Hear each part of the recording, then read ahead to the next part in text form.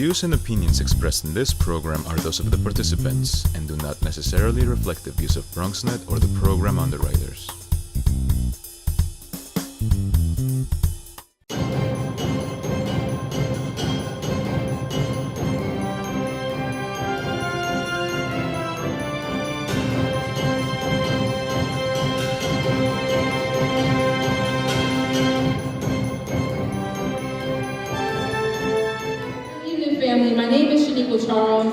I'm the Executive Director of Miss Abby's Kids, a youth development nonprofit servicing the North Bronx, the Northeast Bronx and beyond.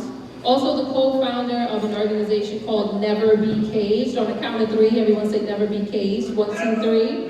Never be caged. 1, 2, 3. Never be caged. And that is ending mass incarceration through investment in our youth. And what would that look like to take some of that $80 billion a year that we use to lock people up and put it into children before they're ever caged to begin with. That's important tonight. Why? Because we're going to be talking about building power in our community. Say building power. Building power. Say building power. Building power. In our community. In our community. In our community. In our community. Specifically, there are three main issues that we're going to be discussing tonight.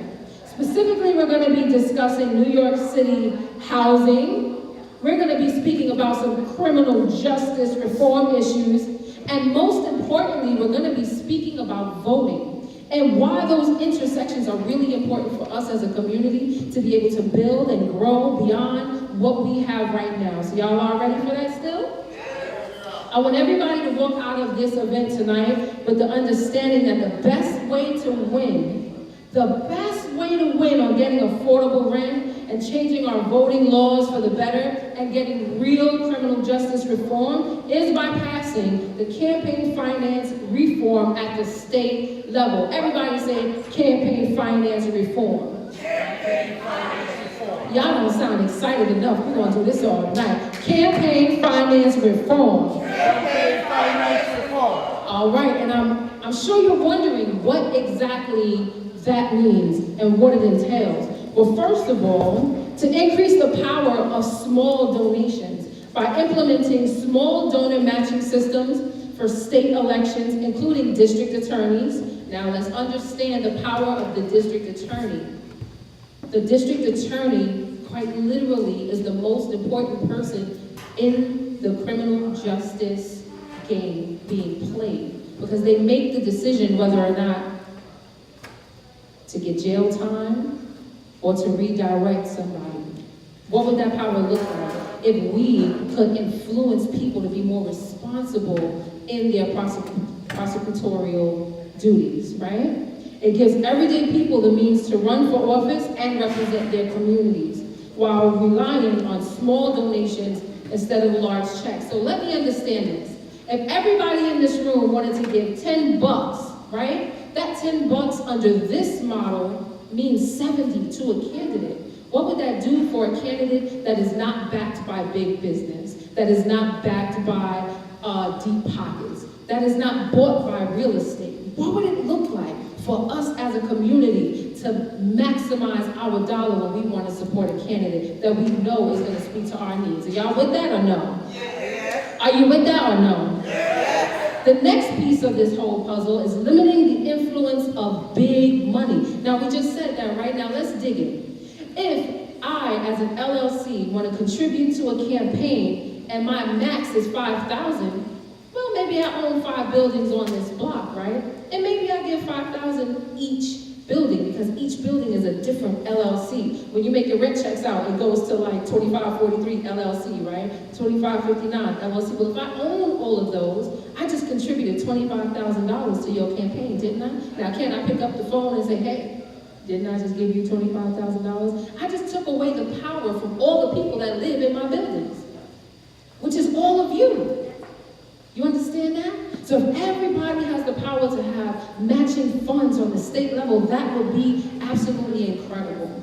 Now, the next thing that we're going to discuss here is protecting New Yorkers' freedom to vote. Oh my goodness gracious, please say freedom to vote. Freedom to vote. Please mean it when you say it, freedom to vote. Freedom to vote. We must continue to make it easier for New Yorkers to exercise their freedom to vote by codifying into law for New York policy that extends voting rights to all New Yorkers with past convictions. Now, I am a criminal justice reform activist here in the Bronx, in the state of New York, and across the country. And I will tell you right now that I'm extremely proud of Florida because they just picked up 2 million additional votes by allowing people that have a past record to now vote. Let me see. So if I can't keep you enslaved, but I put you in jail and I take away your right to vote, which is our absolute right in this country, haven't I kept you enslaved?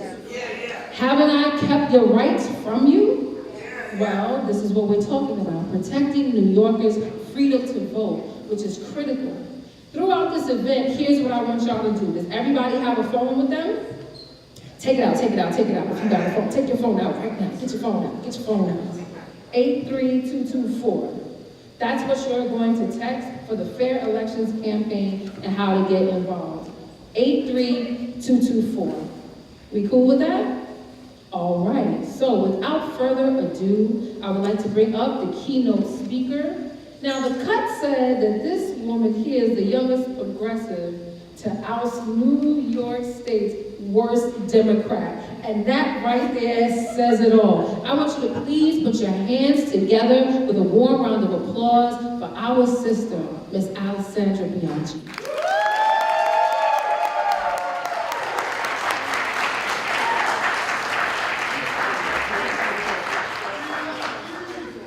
Thank you so much for that warm introduction, really. And thank you to Citizen Action and to everybody who is here tonight on a Friday night where you could literally be anywhere else, but we're here to talk about these very important topics. So, let me first introduce myself to those of you who don't know me. My name is Alessandra Biaggi. I am the new state senator from District 34.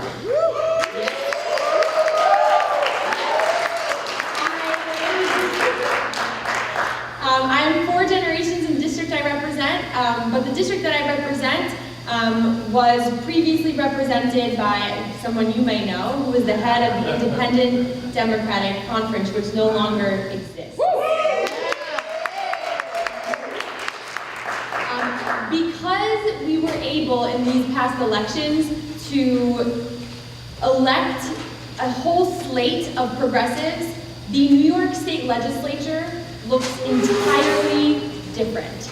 It looks more like all of us. People from different ages, different races, different religions, different communities are now around the table making decisions about our communities and our lives in a way that is more impactful, more deliberative, more thoughtful, and most importantly, more representative of what we want in the community as people. I have said this many, many times before. I really do believe that the political currency that we have in our community and the power that we have is literally us. It is not the dollars, it is not the special interest, it is not the lobbyists, it's not the real estate developers, it is us. But we can only ensure that that power remains by making sure that we pass comprehensive campaign finance reform in the state of New York. I won't go through all the details that were just laid out to you, but I will just say this. You might think to yourself, you know, maybe I don't really care about campaign finance reform. Okay. Do you care about healthcare? Do you care about your rent? Do you care about immigration policy? Do you care about your schools? The people who are making decisions about all of these comprehensive policies are the ones who, are the ones who are in the driver's seat, making sure that our communities are actually giving back to us in the way that they need to. And when we have people in those seats who do not have our best interests at heart, who are taking money from real estate developers instead of listening to the tenants, who are taking money from the hedge funds instead of listening to the public schools, who are taking money from the interests that are trying to persuade them away from the people, we get what we have now, which is a system that has an imbalance of power. And so we have a Democratic majority in the state Senate, and the composition of the legislature is such that we can now move these policies forward.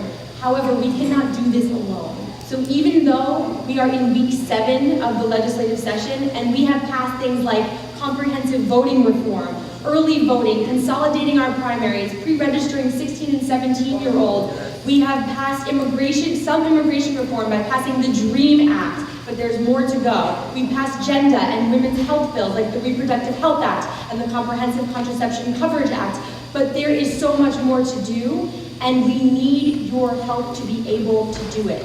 I think that we are in a moment where if we don't take advantage of this, we may not get campaign finance reform in the next year or two. So I'm urging you as a call to action to please pay attention, to please do what you can to organize your communities and your buildings and your friends and your families. And if you're in these seats tonight, it means that you are awakened to this issue and you have a responsibility now to make sure other people know. That is what is up to us, because nobody else is going to come to save us. It is literally up to us. So I am urging you to please take action. I'm happy to take any questions, but I don't want to take up the floor for too much longer. What I will just say is this. 5 more minutes. Oh, wow. Okay. What I will say is this. We've done a lot, but there's a lot more to go. And I really root a lot of what we've been able to do in the fact that we have organized our communities in ways that we've never done before. But again, this is just the beginning. I think that the Bronx is the epicenter of the progressive movement. If you look at what is going on here, there is incredible momentum and change happening in this borough. It's not happening in Manhattan. It's not happening in Brooklyn, even though I love Brooklyn. It's happening in the Bronx. And so we have to take advantage of that. The entire country is literally watching us in the Bronx to model their communities and their young people to run for office.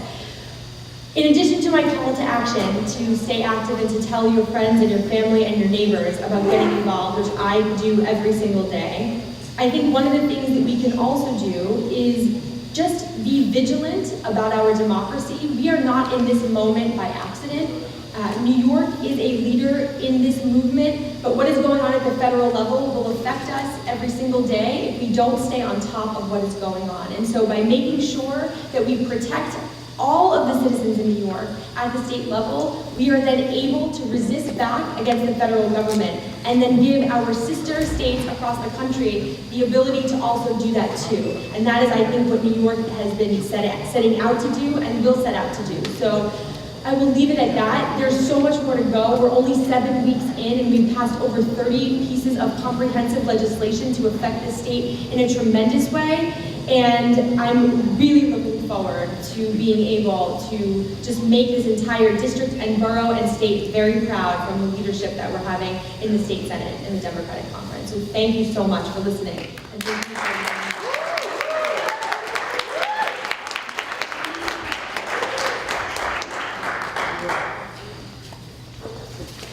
Oh man, I'm so happy to have you. Absolutely. So, family, we're getting ready to have a panel for you all, and I'm going to let you know who's going to be on that panel. We've got Mr. Stanley Fritz. Give it up. From Citizens Action of New York, who will also be moderating. We've got Mr. Fitzroy Christian from CASA to discuss housing.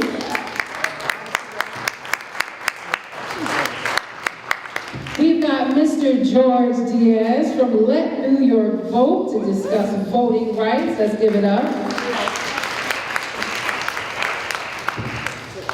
And we've got Mr. Daryl Herring here from Vocal New York to speak about criminal justice.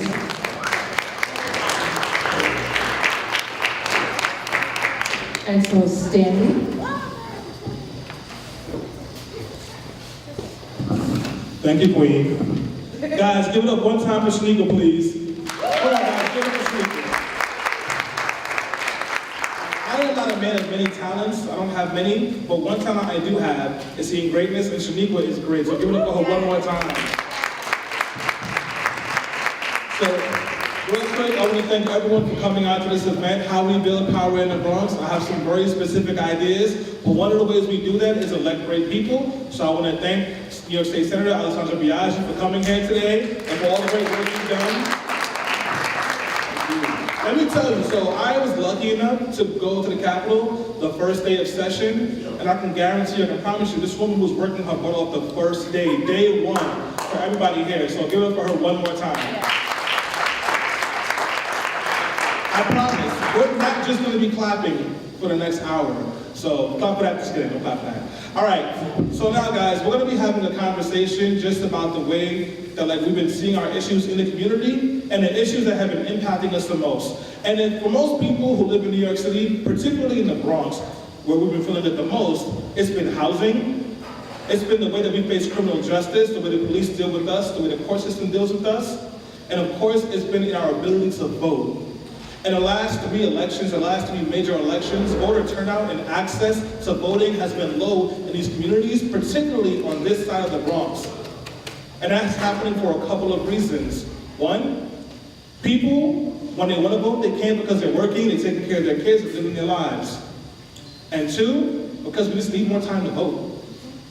So we've got these 3 experts over here. They're going to talk to us about these issues. They're going to tell you guys what they're doing right now and how they're fighting to make life a little bit better for everyone here. And they're also going to tell you about the real life obstacles that they're facing. So I'm going to stop talking your ears off and I'm going to get to the panel.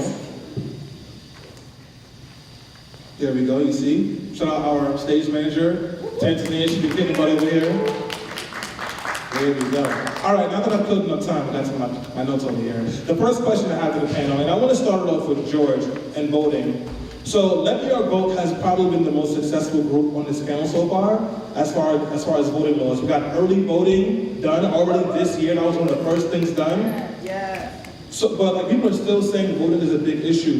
What issues are you guys looking towards now as we finish this year? Well, thank you. Well, obviously voting is really important because you see that what we have in New York right now with the system, it makes it kind of difficult for people. Okay. What we have in New York, currently, it makes it harder for people to register to vote. They go through the process. A lot of people get frustrated and they wonder why you bother. But obviously it's very important because we see what happens in other states with clear voter suppressions in states like Ohio and some of the other states. Even states that are supposedly somewhat progressive or more modern, they're still finding ways to take people off the voter rolls or keep them from even being able to go and to vote. But among the things that we're doing, like you said, early voting is one of the essential things. Even though I just criticized Ohio right now, one of the things that Ohio does is early voting, and what they do is they take souls to the polls, and these are the 2 Sundays prior to the election. And a lot of church groups and stuff will take people, will actually get vans and go to the poll sites to vote early. By passing early voting, we can do things like that. We can take our souls to the polls. Then, on top of that, we're pushing for things like the automatic voter registration. We're trying to do same-day voter registration. And one of the big things we need to do is also to fasten the time where someone can change party affiliation and go vote. I can tell you when I registered to vote, I just registered as no party originally. So I said, you know what, I just need to vote, that's it. 18 years old, you understand. And then I find out, I go to vote, I can't vote in any of these primaries. So I have to wait all the way to November. Now, you know that New York is, most part, especially the city, is usually so heavily one party that if you don't vote in the primary, you're not really going to affect what's going to happen in the general election.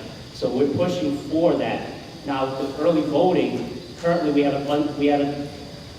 a mandate that's unfunded by the state. So we're trying to push for the Assembly and the Senate to pass these legislation to get money for early voting in the budget. Senator Jamal Bailey, who's my senator, actually I got the chance to speak to him, and he said that he feels that they will be able to get money in the current budget that's going through. So we need to keep the pressure on to make sure that they do that, and make sure that it's a good amount, and keep that going forward, because that's going to be essential for everything else that we want to do regarding voting. So thank you so much for that information, George. I want to make sure we get to the other panelists. I was actually finished. Oh, you were? Oh, sorry. So Fitzroy, if you can tell us about some of the challenges we're facing with housing. In New York City, obviously, but particularly here in BX. Good evening. My name is Fitzroy Grissom, and I'm a leader at CASA, which is an organization, a Tenanton housing organizing group in the southwest area of the Bronx. But that does not mean that we're not concerned about all the Bronx, because we have friends, we have schoolmates, we have relatives who are being displaced every day because the housing courts are part of the system that is displacing us. So it does not matter where you are in the Bronx.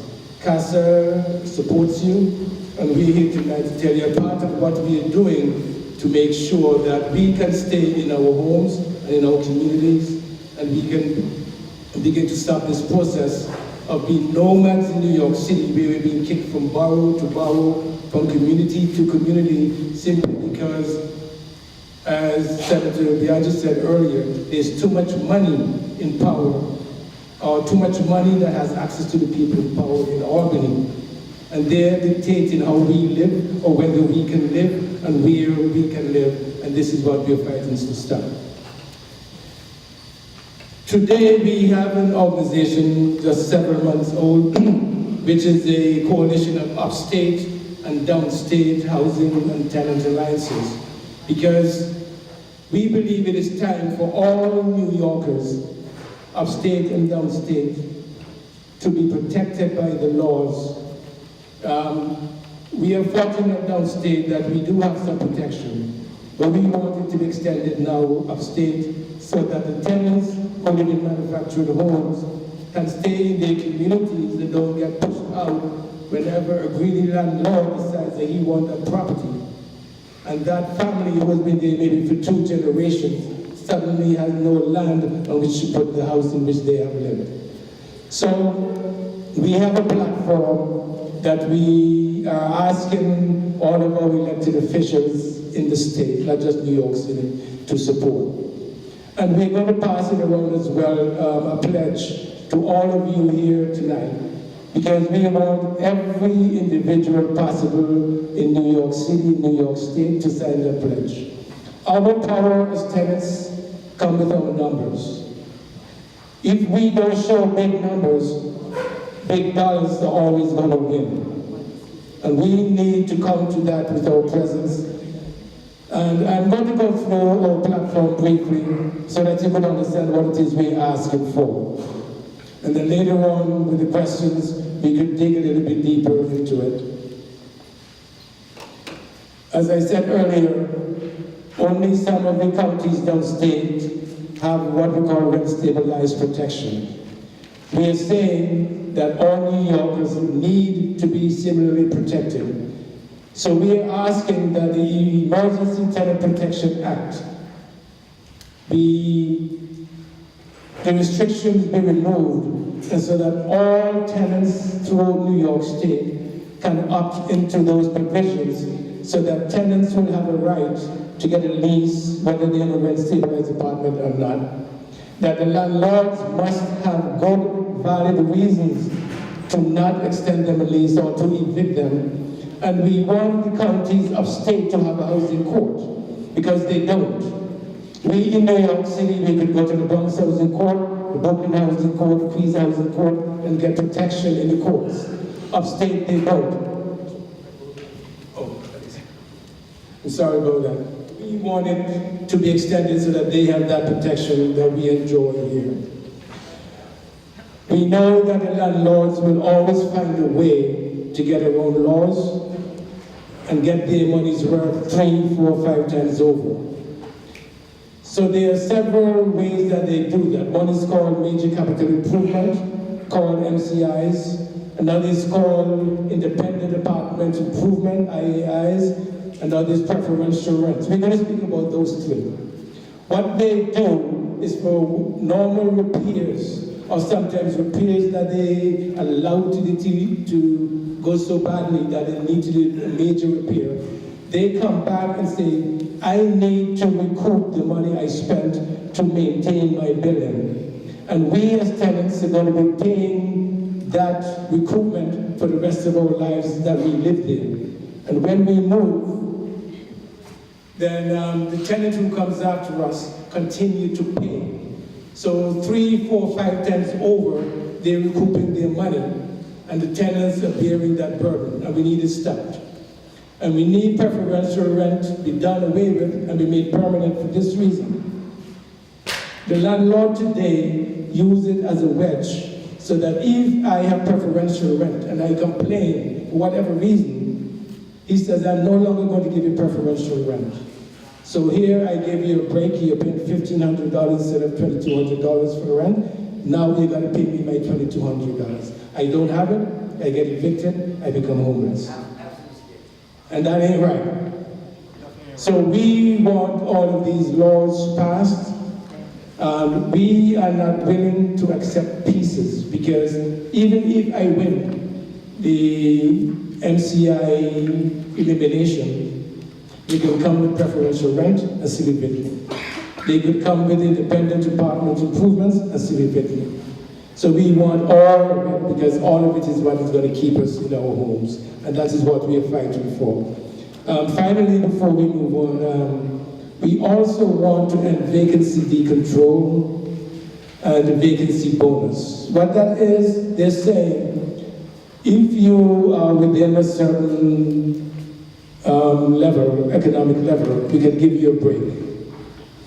When you work your butt off, you go to school, you get your training, and you begin to make good bucks, they're saying, you no longer need to live in a rent-stabilized apartment. You need to go. So when my salary goes at a particular level and I leave, they want to decontrol that apartment and get me out so that they can now bring someone in at a different level. That has to end.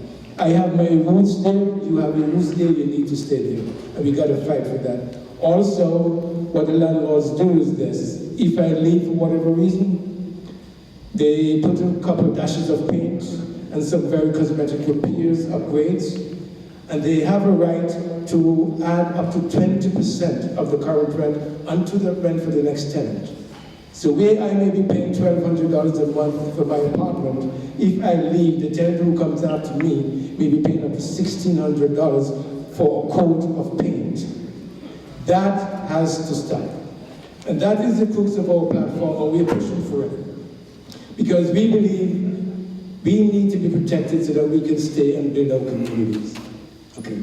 And we're going to wrap up and turn it over. Yes.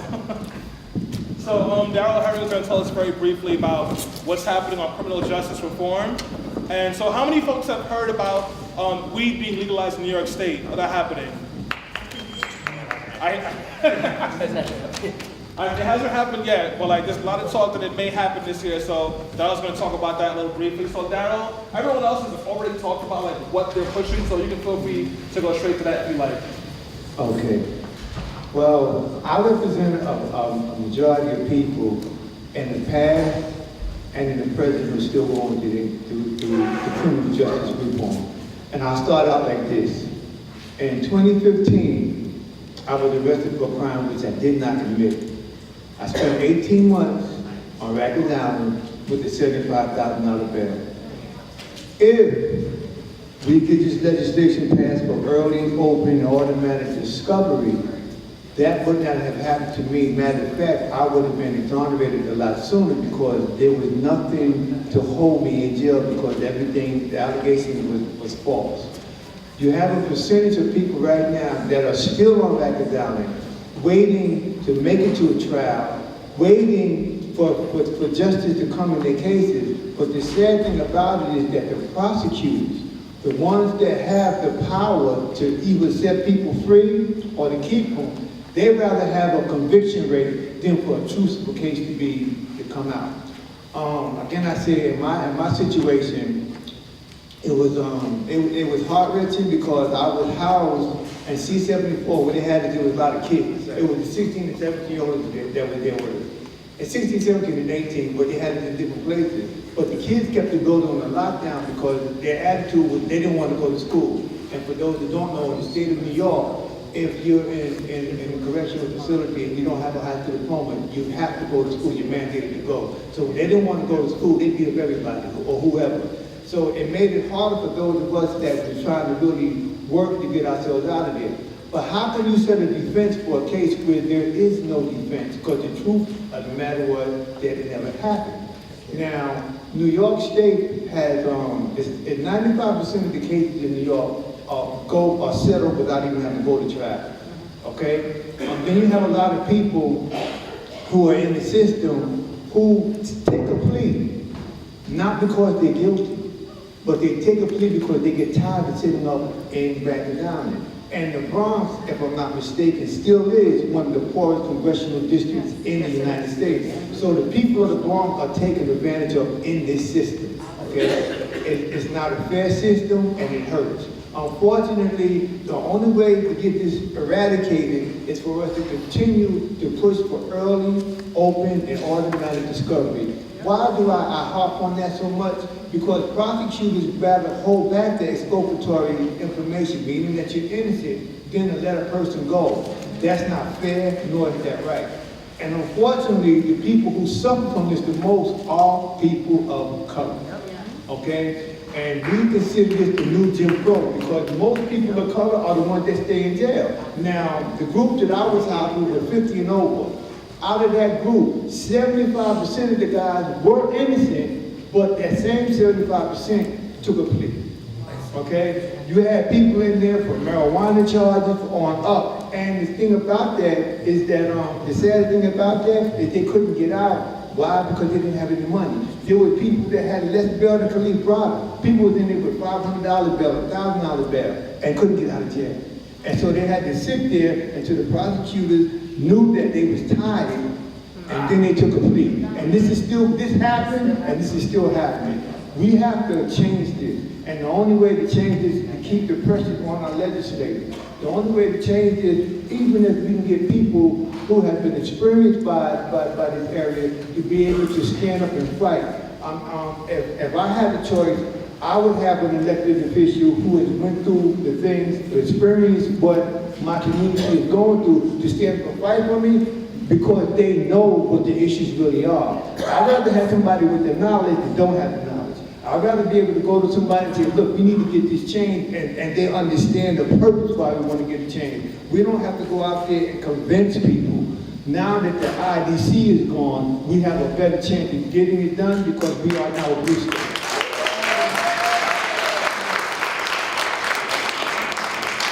And I take my hat off to Senator Biaggi because I was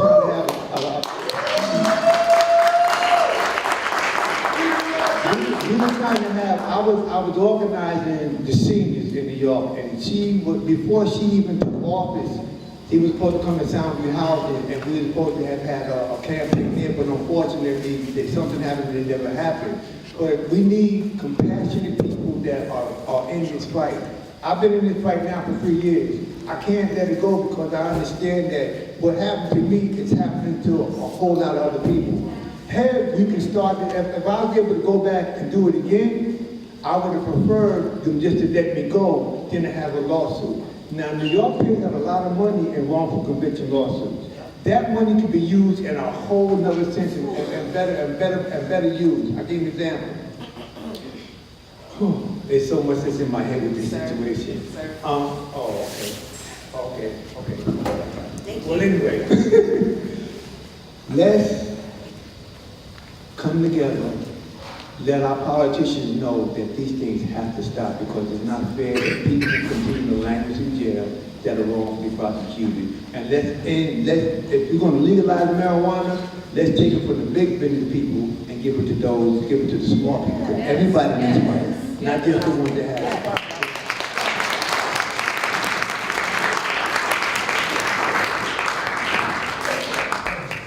Give it up one more time for the panelists.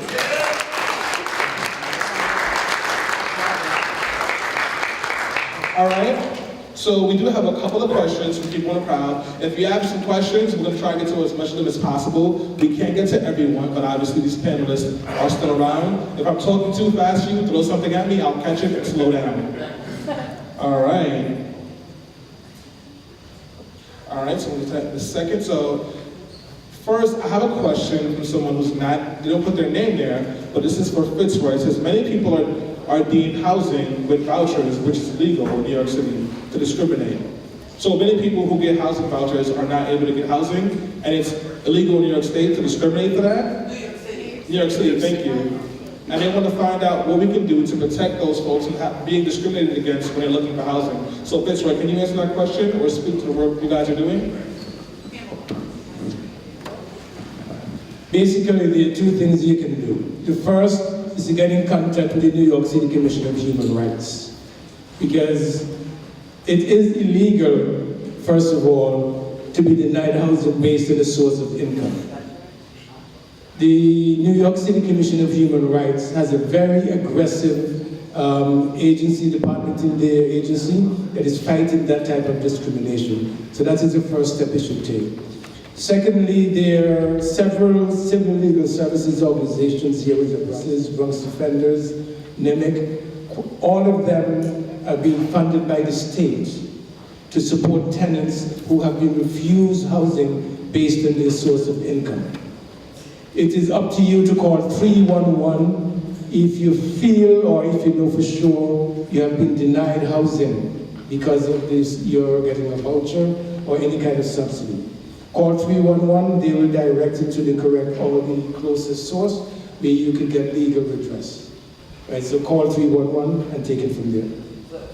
Also, there are quite a few tenant organizing groups in the Bronx. What is in the Move, Belana Kelly, Casa, Northwest Bronx. Call them and let the tenants organize and work with you to make sure that that is corrected as well. Thank you very much.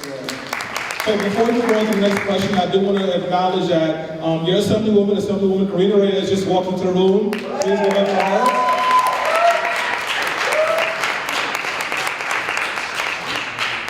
Listen, these people are very busy, so I'm very happy to see her here. Also, I definitely saw New York State Senator Gustavo Rivera with the coolest top hat in here. So and of course, New York State Senator Louis Sepulveda could not be here. He had a conflicting event, but he did send his representatives here, and they are definitely in the house, so please give it up to them. All right. So we have a question from a concerned constituent, and she says, can you explain the difference between front end and back end automatic voter registration? So I'm going to pass that to George. Well, first of all, we don't actually have automatic voter registration because you have to go through, usually you have to go through the DMV, Department of Health, sometimes you're applying for Medicare, usually government agencies in order to apply. I know for men, we also, like the way I register to vote is you have to select a service when you turn 18, so you get that form, you have to fill it out. But what we're pushing for with Let My Vote is that you actually would be automatically registered to vote already. And actually they're talking about as an opt-out instead, whereas, well, if you don't want to vote, then you basically would go and submit something to the government saying that you do not wish to participate in voting, and then you would be deregistered instead of having to register. Thank you. All right, so I want to get to, we have time for like 1 or 2 more questions? Yes. All right, perfect. So we haven't talked about this quite explicitly just yet, but because I'm on the front, I've got to make sure that I talk about this. Someone asked, instead of doing a 6-to-1 match for campaign finance reform, why don't we do democracy vouchers? So guys, one of the things you have to understand here is that one of the ways that we can build power and make sure we get strong housing laws, strong criminal justice reform laws, strong marijuana laws, and strong voting laws is to make sure we have the right kind of elected officials in office. And we also have to make sure that they have the tools that they need when they're in office to fight back against the big money interests, because there are a lot. A 6-to-1 match allows for every $1 they get, the state would match plus another $6. So for Alessandra Biaggi, when she runs for re-election, if everyone in here donated $10 to her campaign, your $10 would turn to $70. That's multiplying money in a way that gives her real power. So when the real estate industry comes in and they try to bully her with a fake candidate, they're not as effective. Now, someone asked a question about democracy vouchers. In Seattle, they have democracy vouchers where every single citizen in Seattle gets $200. Now, if you try to spend it on anything else besides an election, it's useless. But you can spend it towards like a candidate. So if you have a candidate that you like, you can give all your money to them, or you can spread it out. It's a good start, but it doesn't shift power. Right now, a regular person in this community with a 6-to-1 match could decide that, you know what, I want to run for office, and they have a real chance to do it just with the people in this room supporting them. And it's really important that we're finding ways to support our elected officials, because we have a lot of young, good talent in the Bronx. Speaking of young good talent, I want to make sure I shout out a Citizen Action member and the State Committee woman, Amanda Frias, who's in the room. Please give it up for her. See how smooth that was? All right. I know we had a question about marijuana. I want to make sure we get to that really quickly before. I'm sorry. Hi. Surprise! See, it's right there. All right. So the question that we had for marijuana was, if we legalize marijuana, are regular people going to be able to sell it? So I want to pass on to Darryl.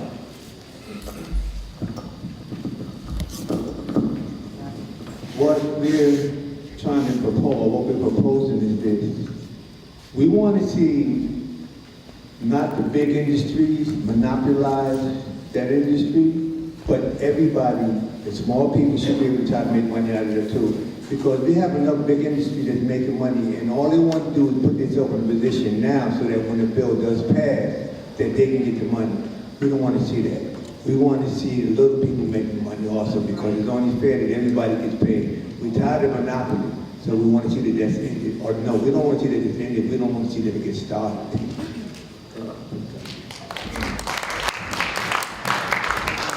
All right, guys, give it up one more time for the panelists. Thank you very much. So, I'm sorry we weren't able to get to everyone's questions, but you know, folks are around. I want to tell you real quick before we move on to the next panel, there is food right over there in that corner. We got chicken, rice, more chicken, lots of soda, water, juice. So please help yourselves, go grab a plate. Let's come back here and get started. While you guys grab some food, I want to just address one more question somebody sent here about Rockefeller laws. So in the current marijuana bill that's sponsored by Liz Kruger and Crystal Peoples-Stokes, what they would do if the bill passed and marijuana became legal is that they would expunge or clear the records of people who have marijuana violations all the way back from 1975, I think it is. And 25% of the revenue from selling marijuana legally in the state would be reinvested in communities that have been directly impacted by the war on drugs. So this is a community that has been hit hard by the war on drugs and that kind of policing. This community would directly benefit from this bill if it passes. All right, folks, go grab some food. We'll get started up in a few minutes.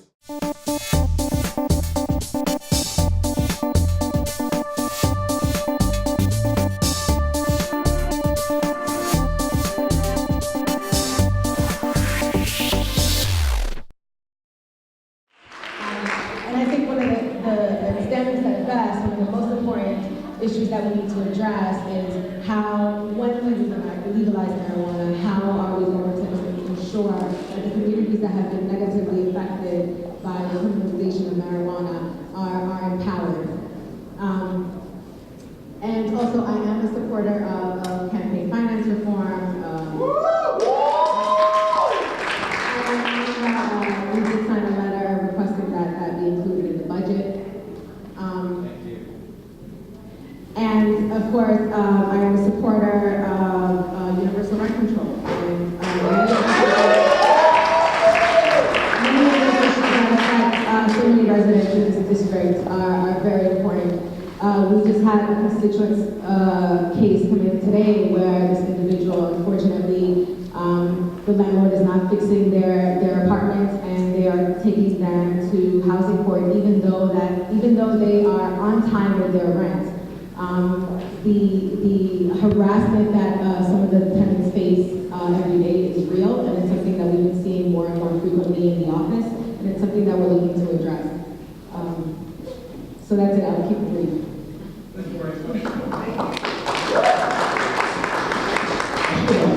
But like as you can see, some women is working hard on housing, and we thank her for signing on to the 6-to-1 matching campaign finance reform. So I want to move it on to the New York State Senator Gustavo Rivera. Gustavo Rivera, thank you so much for being here. And what I'd like to ask you is, what are you doing to address the issues mentioned in the panel earlier? So folks talk about some of the obstacles they've been facing in housing, but they also talk about some of the obstacles happening around criminal justice reform and marijuana legalization. You know, the Assemblywoman is a co-sponsor of that marijuana legalization bill. So just let the constituents know where you are. Good evening, everyone.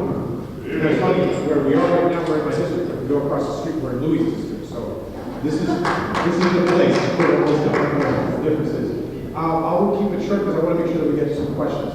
I am now and have always been a supporter of campaign finance reform. I want a fully publicly financed campaign system. I mean, it's very simple. It's a way to remove influence from where it shouldn't be.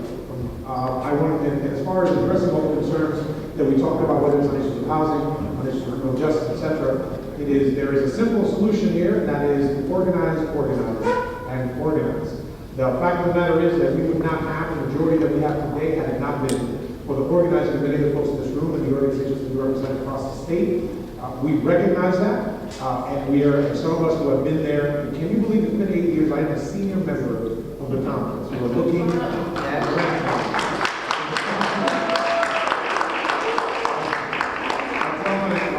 Bianca left, but she knows that I do this all the time, and I go like, in my day, I can do that because attorneys that are for my office is here, and then certainly any questions that you might have. Certainly, extending rent laws and strengthening rent laws is absolutely essential. I am a tenant myself. I live in a rent stabilized apartment and have lived in a rent stabilized apartment for most of the time that I've been in New York City.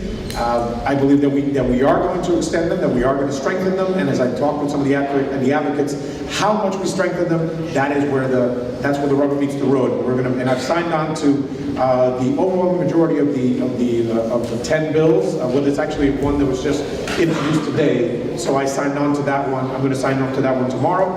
On issues of congestion pricing, I think is essential. We're talking about the fact that in my district, over 90% of people use a bus or a train every single day. So it's incredibly important to make sure that we have a revenue stream for the MTA, that we need to hold the MTA accountable. We need to make sure we know who runs it.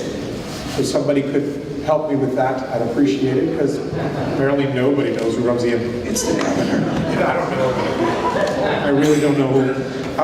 When we're talking about criminal justice reforms, there's a lot of stuff that we can get done this year. I certainly am in most, if not all, the bills, whether it's talking about bail reform, talking about the HALT Act, which is to get rid of solitary confinement, whether we're talking about reforms on parole, getting more parole board commissioners who are not just law enforcement personnel, but who actually understand the issue of reentry and believe in transformative justice. And to speak of that just quickly, on the issue of cannabis, right, because now we can't call it marijuana apparently, but we can call it whatever, weed, sticky, whatever you want to call it. I absolutely believe it needs to be legalized, but for many of us, and certainly I speak for myself on this, the most important part is to make sure that we get the restorative justice aspect of it correct.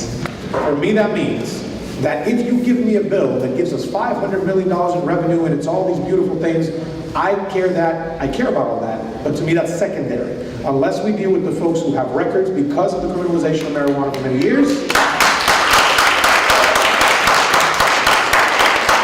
unless we deal first with that, with folks who have the records and also with the entrepreneurial opportunities now that it will be made legal, if we do not deal with that, then I don't care what you put in front of me. You cannot count on my vote.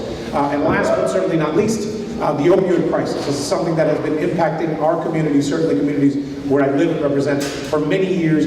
It all of a sudden became a crisis when certain communities are starting to get hit by it. That's a reality. That is absolutely reality. And we have to make sure that as we transition here, we talk about addiction and drug use, not as a criminal justice issue, but a public health one. That is something that some of my Republican colleagues finally got to a couple of years ago. I wonder why. But as we talk about treatment, we need to talk about treatment across the board. Make sure, keep your eyes open, because as they're talking about opioids as something that needs to be treated, then they're switching up. They're switching up which drugs are being criminalized and which communities are using those drugs. Keep your eye open for that. Do not let us get shifted. And now that people are using, no, those are fiends. These are people that need treatment. We want to make sure that we do not fall into that trap. Many more things that we can talk about, but those are just some other things. Thank you for coming.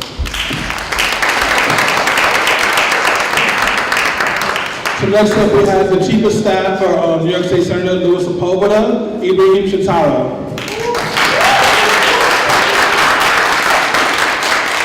Good evening, everybody. First, thank you for having me. Senator Sepulveda would love to have been here himself. Unfortunately, he could not be. He's in Japan on a delegation trip with Senator Skoufis, where he's learning about Japanese correction system and how we can take benefits and learn from them and apply that to our system here. Some of the concerns that we have in our district really come down to jobs, immigration, housing, hot water, Medicaid, SNAP. We represent 386,000 people in one of the poorest districts in the Bronx. With that being said, some of the things that we have done, that we have sponsored, are things like the DREAM Act, where undocumented people are able to go to school and have education paid for. Another thing that we're working on, and we hope to see passed, hopefully this session, is the Undocumented Driver's License Act, which will allow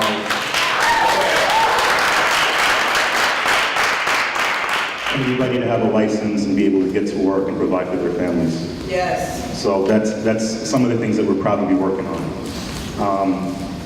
Going to the next part of the question about the finance reform. We support finance reform, we support closing the loopholes, but what we are concerned about is the income inequality. If we pass this bill today, it would cost every single person in here $2 a year to cover it. So that means, who likes to buy coffee or tea in the morning? Raise your hand. Who has spent some money at Starbucks they shouldn't have for a $75 cup of coffee? Paying for campaign finance reform will be cheaper than Starbucks coffee when they give you a fancy cup and some nasty coffee that I can't stop drinking because I love it. But also, another great thing about this bill is structured for communities like Sepulveda's. Because you know what? I live in Harlem now. I grew up in East New York, Brooklyn. I couldn't rub two nipples together. And if I could, we got to give it to my dad to pay rent. But that doesn't mean that we shouldn't be a part of the political process. And it's really important to help people amplify their dollars. So what that does is, if you can't give $100, good, neither can I. But I can give 10, and with a 6-to-1 match, that 10 turns to 70. And if you can't give 10, but you can give 5, that 5's gonna double too. And if you can only give 1, that 1 turns to 7. So no matter where you are and your ability to give and support, you'll have a chance to be amplified. And then also, if you don't wanna give, it doesn't impact you. But what it does say is right now, in Soundview Houses, there's a governor of one of those buildings. And she's there every single day. She talks to the kids. She talks to the community members. She's the one that talks to the supers and the landlords. All the elected officials go to see her when they're running for re-election. And you know what? She probably make a really good council member. Or she make a really good governor. I want her as governor. Hell, I want Karina Reyes to be governor one day. We need to make sure that we have a 6-to-1 match at the state level so that Ms. Johnson or Ms. Rodriguez in Soundview Houses or in Co-op City or in Tilton Houses where I grew up in Brownsville has the ability to run for office because the people in this room give a damn about her and they're giving their last to help her. So that's what that's about. All right. I want to jump off my whole bit because this is not about me, folks, even though I've said that and then talked a lot afterwards. And open it up for questions. Some folks have already given me their index cards for questions, and I'll get to those. But if you have questions for your elected leaders, please just write on the index cards. You can find them in the front, and then we'll have somebody bring them to you. Don't worry, we're going to have some folks pass them around, so you'll get an index card, you can write your questions, and we'll get to as many of them as possible. We won't get to all of them today, but we're going to keep them and try to get back to every single person that asked a question. And now the first question that I'm asking here, and I want to start it off with the Assemblywoman because this is her backyard, but everyone can answer this question as well, comes from a member who says, I would like to know if there was any effort in criminal justice reform for record expungement. For example, in 2000, I was sentenced to 4.5 years for nonviolent crime. I was released in July 2004 and finished early parole in 2006, but I have since attempted to start several businesses, and my record has held me back. I have been denied a contractor's license, a real estate license. I am not able to accept food stamps as a store owner. And Uber and Lyft denied my application based on my criminal background. My crime occurred in 1998. I have been home for 15 years, off parole for 13. Why is my record still haunting me? So first of all, let's please give it up for this brother right here.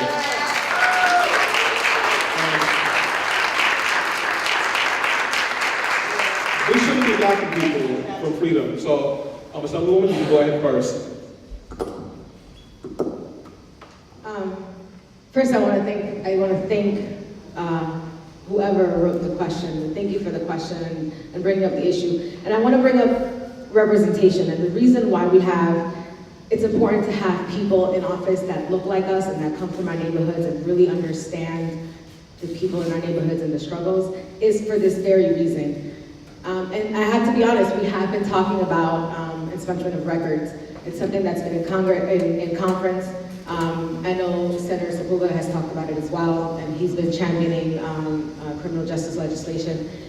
And any bill that comes forward that addresses those issues, because the reality is that we have to make sure that the people that live in our community can survive and thrive and provide for their families, because your record should not follow you forever. You did your time, you paid the price, and once you served your time, you should be able to participate to all the rights as a citizen in this community. So we have been talking about it, and any legislation that comes forward, I will be happy to co-sponsor.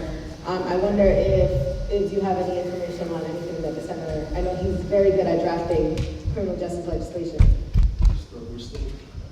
We're still exploring the expungement option at this point. We're taking a look at the California model. We've taken a look at the New Jersey model. There are other legislation that we're taking a look at.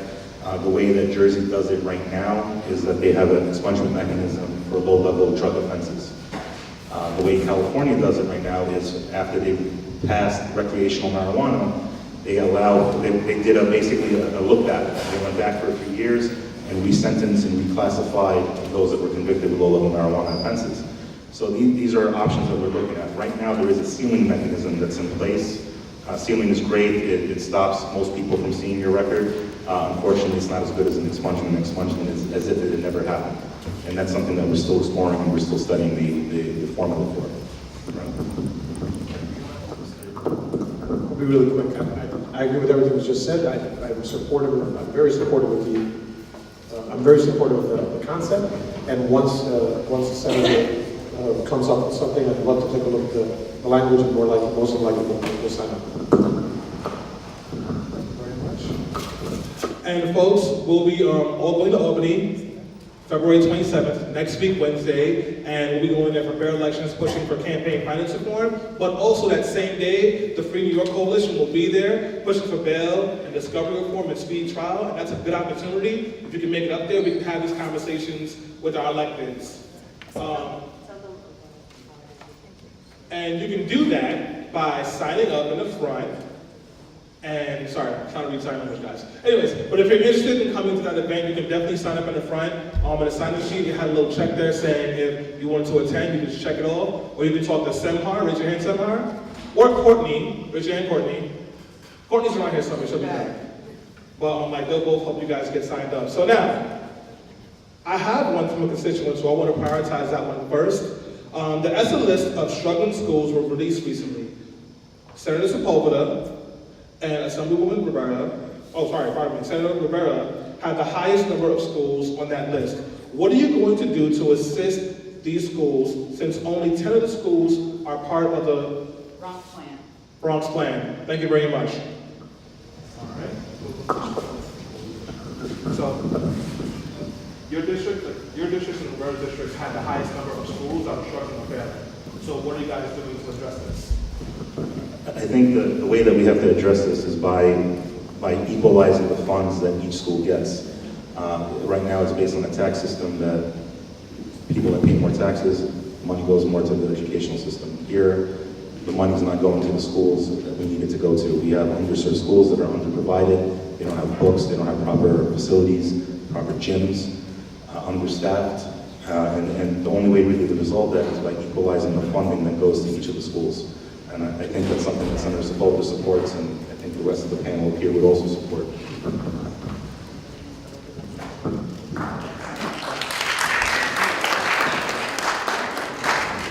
So, obviously, we're talking about the campaign for fiscal equity. I'm sure that many folks in the room know about the campaign for fiscal equity.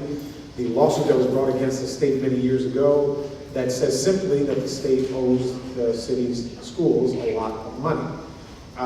This year, there is nothing in the governor's proposal, and after the 30-day amendments, there is not.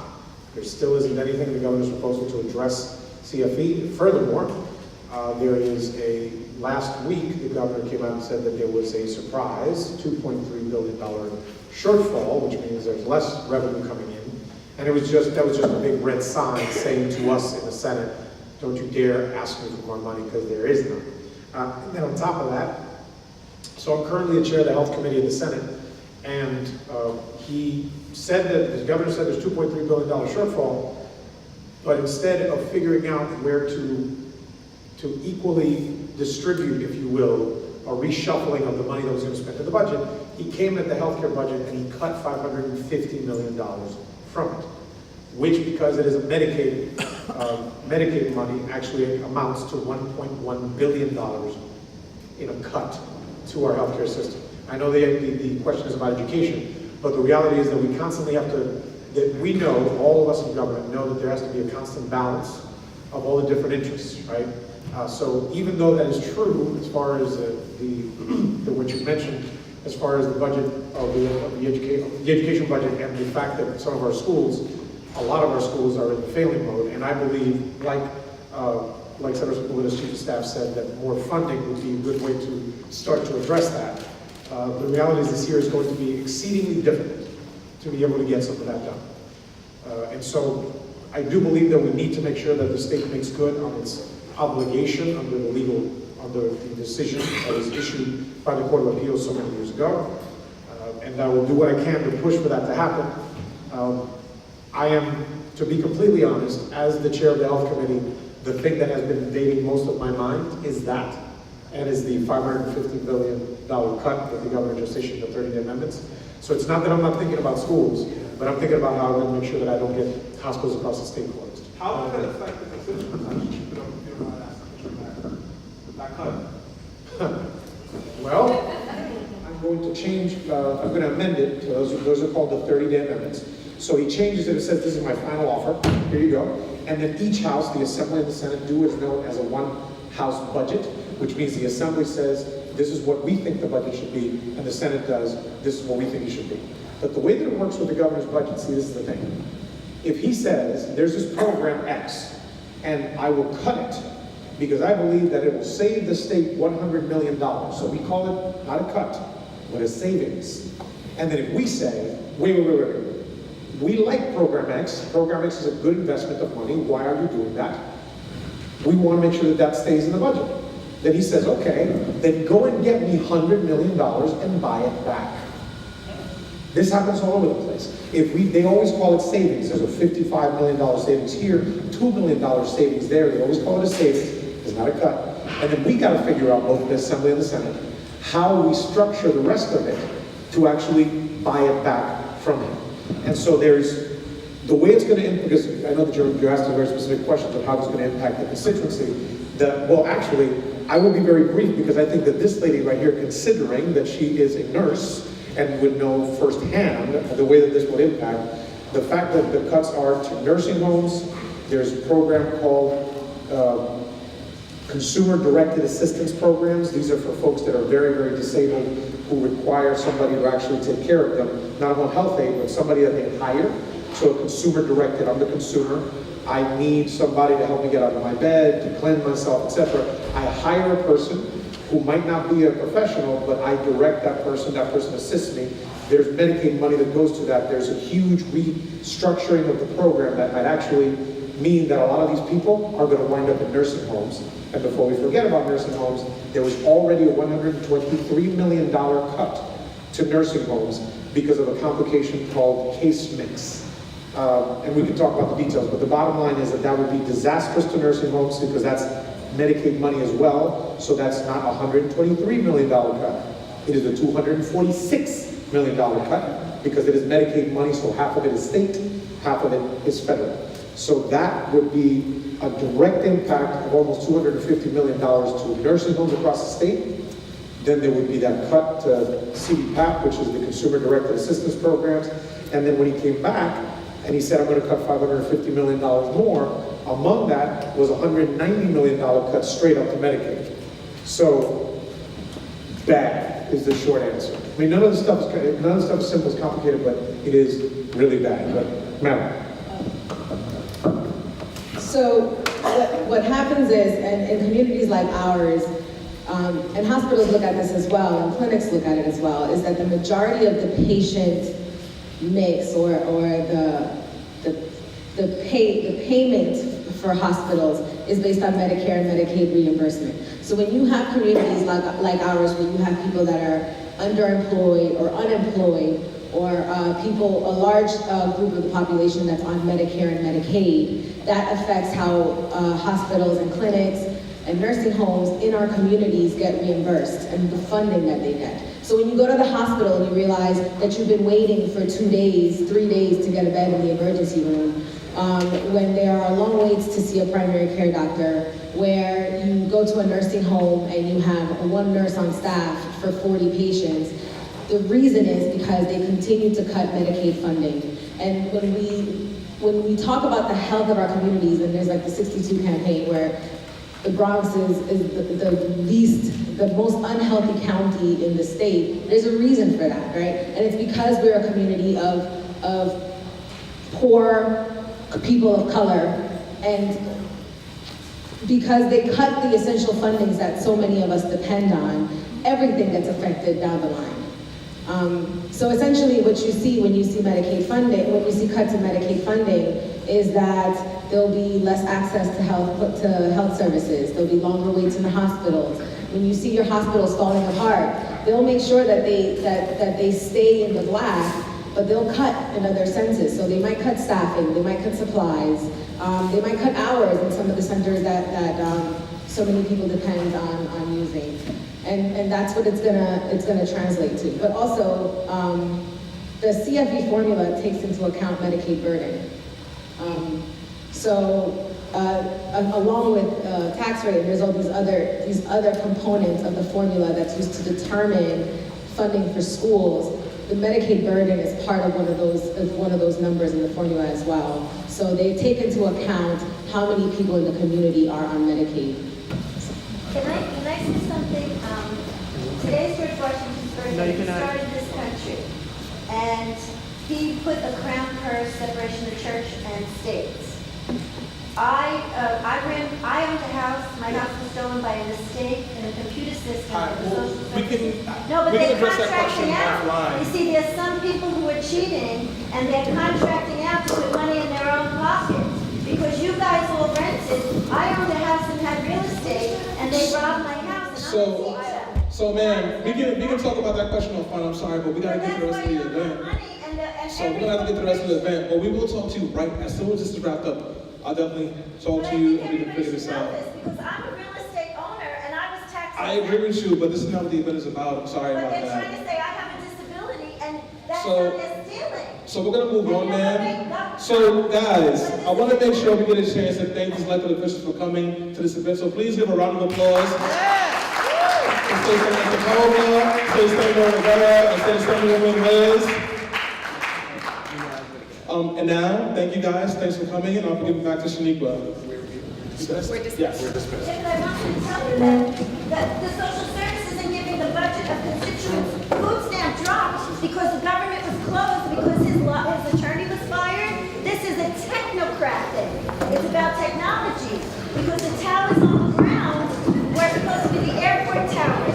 Were the only towers for wireless, which is payroll. You understand? I hope you understand. All right, so thank you for sharing your concerns. We appreciate you. And before we get out of here tonight, let me just ask, did you guys learn any information that was new to you tonight? If you did, clap your hands. Did you guys get any information that you can carry with you back into your communities? If so, clap your hands. So in closing, what we'd like to just really let people know. Can everybody hear me? Yes. Can everybody hear me? Yes. All right. So in closing, what we'd like to let you guys know is that Lobby Day is on February 27th. Everybody that is in this fight and in this struggle and in this movement is heading to Albany. I'm sorry. Can everybody look to the front of this room really quickly? Anybody that has their back turned to the front, I'd love to see your face. Thank you, thank you, thank you, thank you, thank you, thank you, thank you, thank you. On February 27th, everybody say February 27th, there is a lobby day. And thank you. And people are going to Albany to make sure that what we asked for tonight actually gets met. Has anybody ever been to Albany before to get your voice heard? Has anybody been to Albany to knock down the doors of legislators to let them know what's important to you? Doesn't it work when you do that?